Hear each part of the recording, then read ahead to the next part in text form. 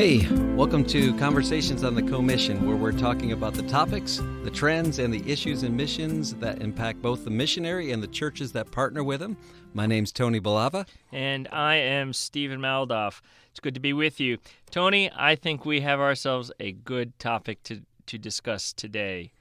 We are going to tackle the issue at probably the heart of missions. Mm-hmm. I know this is one of the central things of our missionary agency, and Right. it is for most missionaries, and that is the topic of church planting. Yeah. Mm-hmm. And creating churches, starting churches, and then actually transitioning off to then maybe start other churches. Correct. And Yeah. I know that you and I have had a lot of fun kind of preparing for this conversation. Yeah. And, I think it's important for churches and folks out there to just understand what the heart of missions is, kind of the challenge that it is to turn over to a new work, but all the things that kind of go into it. So I would just say in the beginning that there are different methods that are used by missionaries when in kind of going from one church to start another church. So let's go through that just to kind of give an overview for the folks that are out there. Sure. Yeah, there are obviously different methods that people use. We did have a lot of fun going through these and talking about these, and it's interesting to always hear how people have different perspectives on which method and how they tie in biblically and all. Obviously, I think the one that many people are familiar with that is one that a lot of our missionaries with BIMI use. It's the one I used. It's not the only method for sure, but it's the method where the missionary goes in with the idea of he's going to be the one who starts the church. He's going to be the one who kind of pastors that church for a period of time, but always with the mindset and goal, I am looking for that person who's going to take over this work, and then I'll go off and do that again. And so that's the guy who goes in, starts a church, stays for a while, tries to get it established, helps to train and establish a national pastor in most cases, turns that church over, goes off and does it again. And then the second method is one that has a number of different names out there. I think probably most people are familiar with the term Mother Church, and I want to be really careful with that term even, and the connotations that it has. I know that you spoke about the hub and spoke model, but basically this model is the idea that I'm going in and I'm going to start this church as the missionary, and from this church we will train and send out other church planters and see this church reproduce itself. And at this point, it's probably important to say the first guy wants the church to reproduce itself as well. They just go about it in a different way. Right, exactly. And then the third one is, I think, maybe a little bit newer in how many people are doing it and the approach. And that is what people would call the mentoring model, where a missionary goes to the field and really is almost before the church plant, seeking out somebody who can be and will be the pastor of the church that's planted, and really installs that person as pastor from the beginning and comes alongside and mentors them through the ministry and teaches them and trains them along the way, but really never takes that pastoral position themselves. They've always had the national be that person from day one. So those are the three. There's more, but those are the three that we might have some time to talk about. Yeah, exactly. Well, I know you've mentioned it, and myself, I was in Australia, as we've talked about before, and I guess I would say that the model I used out there was kind of the first model that you talked about was I started the church. I went to an area out in rural Australia, started the church from scratch, pastored it in a sense for 11 years, then turned it over to a national Australian man who became the pastor of the church, and he then led the church. And so that's what I think you did in Quebec, correct? That was the goal in Quebec. When we went to Arizona, it was a very different approach. There we went with the idea, and we informed our supporting churches of this too, by the way.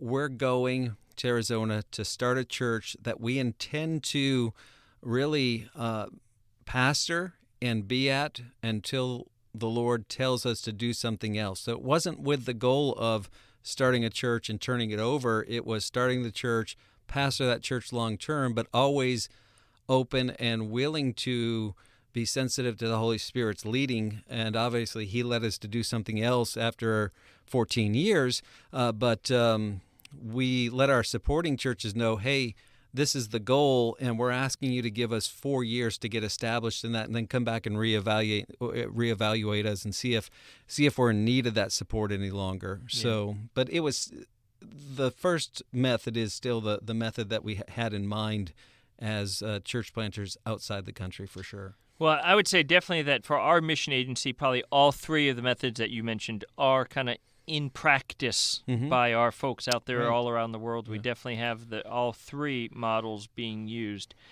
So I don't think we can come out and say one is right and one is wrong. I think they're all different situations for different people and different personalities, and you know what fits one area of the world may not fit another area. What fits one situation based on that missionary may not fit someone else.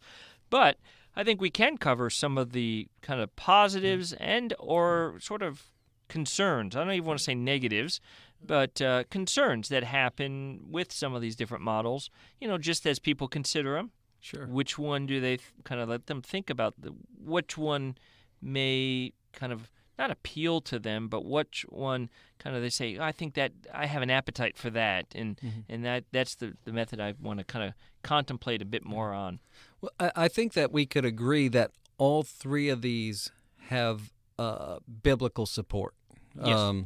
And so really in the end, as we talk about these, I believe, and I think you agree, that it's important that the missionary has settled in his mind which model am I going to use when I get to the field, because that is going to impact how they minister from day one, and how they prepare the church. If they are going to be the one who's going to leave, they need to prepare the church for that, as opposed to, no, I'm looking to stay, and they inform the church of that. And I think ultimately it could be, and I think the Holy Spirit of God works with our personalities. So it doesn't come down to our personalities and what one do I like best. I think it comes down to, what does God want me to do, and what model does he want me to follow as I'm led by the Spirit in this ministry. And really all our ministry should be like that. And we both, I think, know of examples where all three have worked. And all three haven't worked so well. Exactly right. Exactly right. I would say this, I think the underlying foundation of all of what we're going to talk about is that it is important to start churches. Absolutely. I think we see that as the New Testament plan for reaching the world is evangelism, but evangelism through the outlets of local churches. And so starting churches is critically important. Right. But I think also we want to say that it's critically important to create healthy churches. You know, you can have someone go out and start 50 churches, but if they're not healthy churches and they all fade away very quickly, well, what really was accomplished? So, all right, with that, let's kind of dive into some of the pros and cons about some of these models. Let's take that first one. I guess kind of the one that most people just kind of gravitate towards. I think the most familiar is missionary goes into a country, starts a church. You know, after many years, whenever he finds himself someone who can take over, that national person takes over the church, missionary packs up, moves, maybe starts another church somewhere. Right. What are some of the kind of pros as well as some of the negatives that kind of go with that? Well, you know, I think in the sense of some of the pros, one of the things for sure is that as the missionary does that time and again, and this isn't maybe the best pro for the first church, but as they do it time and again, hopefully we're all learning from our mistakes. And I know that, you know, we had the opportunity to do this 2 different times. And I know that there were things that we did in Quebec that were not repeated in Arizona on purpose. You know, so unfortunately, I had to work through those things in Quebec, and sometimes those impact other people, and sometimes it impacts the church, and sometimes it just impacts the missionary himself. But each time they do it, they learn a little bit more, and I believe they can become more effective. Now, ultimately, we understand God gives the increase, but we can be more effective in what we're doing as well. And so I think that's one of the pros. One of the cons is it's exceptionally fatiguing. It takes a tremendous amount of energy and effort to go out and start from scratch, and to put the effort in to start brand new, and to do that time and time and time again. It, even though you know more, it doesn't become any easier. Yeah. And so, I do think that maybe it could, in a physical sense, in a real way, fatigue the missionary sooner than some of the other models. I'm not saying that you shouldn't do that. If I had to do it again, I believe that would be the way that we would do it again. We would start from scratch and look to turn it over again. But it's a reality that it's just going to be a fatiguing process. Yeah. I mean, it's fatiguing emotionally, spiritually, and everything that's there. But there's also great joy in it. I know I could probably express, and there'd be many other missionaries out there who would probably agree with this, that it's a lot easier to start a church than it is to maintain a church in a lot of ways. Now, it's hard to start a church, there's no doubt, but to get that crowd. But it is very fatiguing to do that.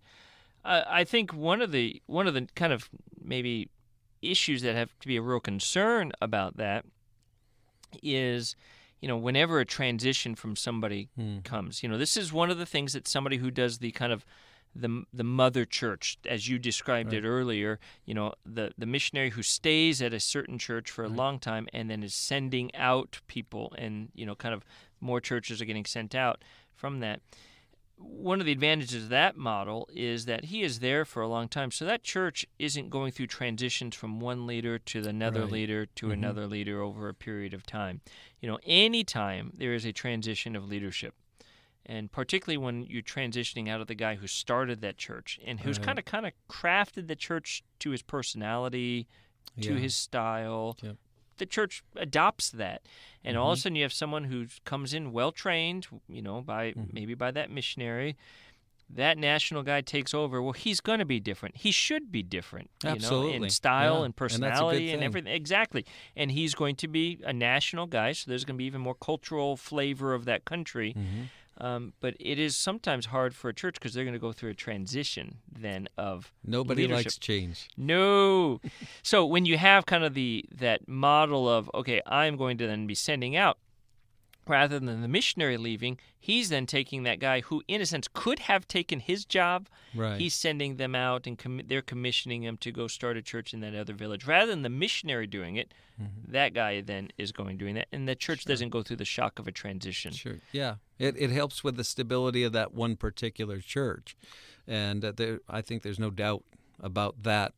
I do think, though, that there are some things that we could consider that, at least should be points that somebody considering using this model should consider up front. And one of those is, let me go back to where I said, when we raised our support or actually we didn't raise support to go to Arizona. We already had our support and went back to our supporting churches and asked them for 4 more years to get the church established in Arizona. And we were really clear with them what we wanted to do and how we were going and planned to stay there and pastor that church. I do think that that a missionary who plans to enter into this model, and I understand that missionaries sometimes on the field didn't plan to enter that model and become part of that model, but I do think somebody who plans to enter into a model like this and use this type of model ought to let churches know that, so that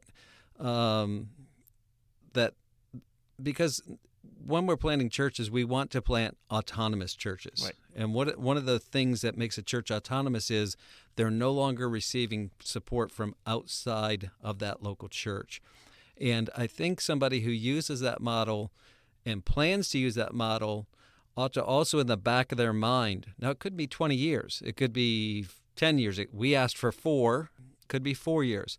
But they ought to have a plan. At what point do I stop the missionary support and the mother church, for lack of a better term, now becomes autonomous in the sense that it is supporting me as the pastor because that's my role. And so I think that missionaries really, for integrity purposes, one of them should let churches know this is the model we're going to use, and we don't know how long it's going to take, but we'll give you regular updates and we'll let you know when this church is autonomous as we're still planting churches out of that church we've gone to work at. You know, I was just thinking one of the unique things that does happen is you can have someone, you know, in country A working for 15 years, hoping to find that guy who could take over his church to do the first kind of model of ministry that we talked about. Right. But he never finds it. So he's still hoping one day, Lord, I want to move on to the next, you know, start church plant. And then you have a guy in country B who goes in saying, I'm going to be here for 15 years. I'm not leaving. You know, I'm going to send out guys. And, you know, the guy that's in model A, country A, you know, people want to support him because it's like, okay, he's going to need support when he goes to start all over again. It just takes a long time to get there, which happens in a lot of countries. And then the guy in country B who's like, all right, I'm staying here. I'm planning on staying here, but we're hopefully going to send forth lots of guys. You know, some churches made, like as you mentioned, look at that even differently, you know. So you have two guys, same situation, different heart, different intent, and then thusly, though, as a result, kind of churches look at them differently. Yeah, I think that they do, and rightfully so. I do think when we say different heart, different intent, they do have one heart and one intent in this. They want to establish a church, and they want to see churches reproduce churches. Absolutely. It's just how they're going about that process. But one of the things that at BIMI we're really very big on, if I can say it that way, is we want to see a church become autonomous. Absolutely. And if you're not careful with that, you know, if when I went to Arizona and I didn't have a 4-year plan or never said anything to anybody, there's this great danger of creating a welfare church. And what I mean by that is the church in Arizona was able to support us, and it was autonomous, and it did become autonomous very actually early on in the life of the church. And we were able to say to supporters, hey, you know, we're doing pretty well here, and we're kind of on track, and so on and so forth. But sometimes we can look and we can say, I can channel that money to this place or to this ministry, or I can help out this new church plant we're using. That is perfectly fine so long as the missionary is telling the supporters, that's what I'm doing with your money now. And they're informed of that. And, you know, I think most pastors would say, yeah, maybe that's what we want to do as well. I don't know. But I just think it's really important that we inform our supporters what we're doing with the funds we're receiving. Well, accountability of monies is so critically important, and that's at the heartbeat of it all. You know, when it comes to that third model, where a missionary works with a national as they start a church. So maybe there's been a national guy who's went to a Bible seminary somewhere. He's been trained up. Now, okay, he's young. You know, he's got zeal, enthusiasm, but, you know, maybe not much experience. And so the missionary comes alongside and is going to, for lack of a better way, prop him up. And I say that in a proper way, not in a negative way. Right. You know, so he's going to kind of be that voice of wisdom and experience and kind of help this guy along. We have a lot of guys in BMI that do that as well. And so, you know, you have then, in a sense, the national pastor being put in from day one. Yeah. And then that missionary, when he sees that guy is kind of in a decent spot, you know, ready to kind of fly solo, then that, you know, missionary then goes to the next guy, finds someone else, another new guy to take over and help mentor and train and so on and so forth. And the national pastor's there in the key role. I think at the heart of that, obviously, as well as all, is that we want to see national pastors. Right. I mean, no missionary, I think, should have the intent of just creating American or North American churches on the foreign field. It will always thrive better when you have a national man leading that national church. I don't care where in the world you go, it will always be better operated, better led, better followed by the people if you have a national guy in there. So there is that intent of kind of working alongside and kind of in a secondary role, in a sense, where the missionary is doing that. there's some kind of great successes that come from that as well. And then the church doesn't go through the transition because that guy's always been the pastor. It's just the missionary who then leaves, and the church is sort of, in a sense, left unaffected in a good way by the missionary going on. Yeah, I think so. I think it does give that national pastor a certain amount of credibility from day one. Mm-hmm. That is very important. I do think, though, if we're just, again, for discussion's sake, the thing that you have to be super careful about with this now is, as a missionary, I have now got this guy who is the national and is the pastor of this local church, and we believe strongly in pastoral authority. And so, in one sense, he's going to be the guy who gets to ultimately call the shots and how the ministry is going to run, so on and so forth. And that's something we want, but as we're mentoring somebody, it's going to be super important that that individual who is that national pastor remains teachable. Absolutely. And remains somebody who can take instruction and take constructive criticism and take advice and weigh it out. And, I think even as you and I were talking about this and lots of hours of prep on this one, just as we're speaking now, this didn't come to mind in show prep, but so I think one of the examples maybe is James, who was pastoring the church at Jerusalem, and the council comes together in Acts chapter 15, I think it is, and he's a guy that is clearly the pastor of the church. He has this council on how they're going to handle and deal with Gentile believers, and a number of men stand up and give their advice, give their thought, and then James kind of gets up and says, "Now here's what I decree." And there's where we see that pastoral authority come into play, but also we see that he was a man who could take advice, take counsel, weigh it out, and he didn't just disregard what others had to say. And so I think that's important in that aspect. And the danger of this third model is if you don't have a long-term relationship with this person that you come in to mentor, you don't know if he's going to remain teachable and is going to be able to be somebody who takes that advice. So I'm not saying that you shouldn't do it. I'm saying that you should be very careful about the relationship that you build and do your homework and find out what's going on. Obviously, you do that with all the models. In the end, though, I think that no matter what model you use, the goal is this: plant a church, get that church to reproduce churches, and keep on doing it. Exactly right. But I want to say this, though. In some countries, you have no choice but to stick a national guy in place. I think of India. Okay. That missionary can get kicked out of that country on a day's notice. They walk in and say, "You're out of here." We've seen that in China as well. The kind of the North American citizen is kicked out. If he doesn't have someone who kind of leadership there in place of the national leadership, then that church is scrambling. And so I know in a lot of places it succeeds, kind of well when you have a national person as kind of the pastor role, the missionary coming alongside. So if that missionary gets booted, that church is still able to kind of go on and things don't collapse. And that's obviously all of this is we want long-lasting churches that are going to be healthy, making a difference for the cause of Christ in wherever they're located. Yeah. That's the underlining thing. And different methods, kind of different strokes for different folks and different areas and all that. But thankfully, there are a lot of different ways that it can be done. Church planning is not cookie cutter. It's not one model fits all. Praise the Lord, we do see a lot of different opportunities for people out there. So if you're interested in at all in church planning around the world, well, that's kind of the heartbeat of BIMI.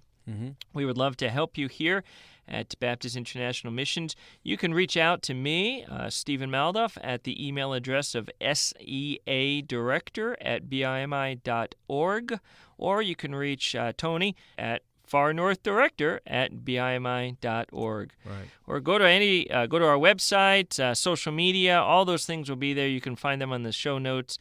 We're there on Facebook, Twitter, everything. You can find us wherever you want to look for us there. So hope you enjoyed just kind of this discussion. Hope it got your brains contemplating about some of the pros, cons of different things out there in the world on how missionaries do. I'm sure these people out there who, if they go to a church that has missions, they've seen all three practiced by the missionaries that their churches support. Yeah. In the end, just let's get more churches started, and let's make sure they're healthy churches, and we're moving forward and getting the gospel to as many people as possible. Hope you had a great week, and we look forward to meet with you next time here on Conversations on the Commission.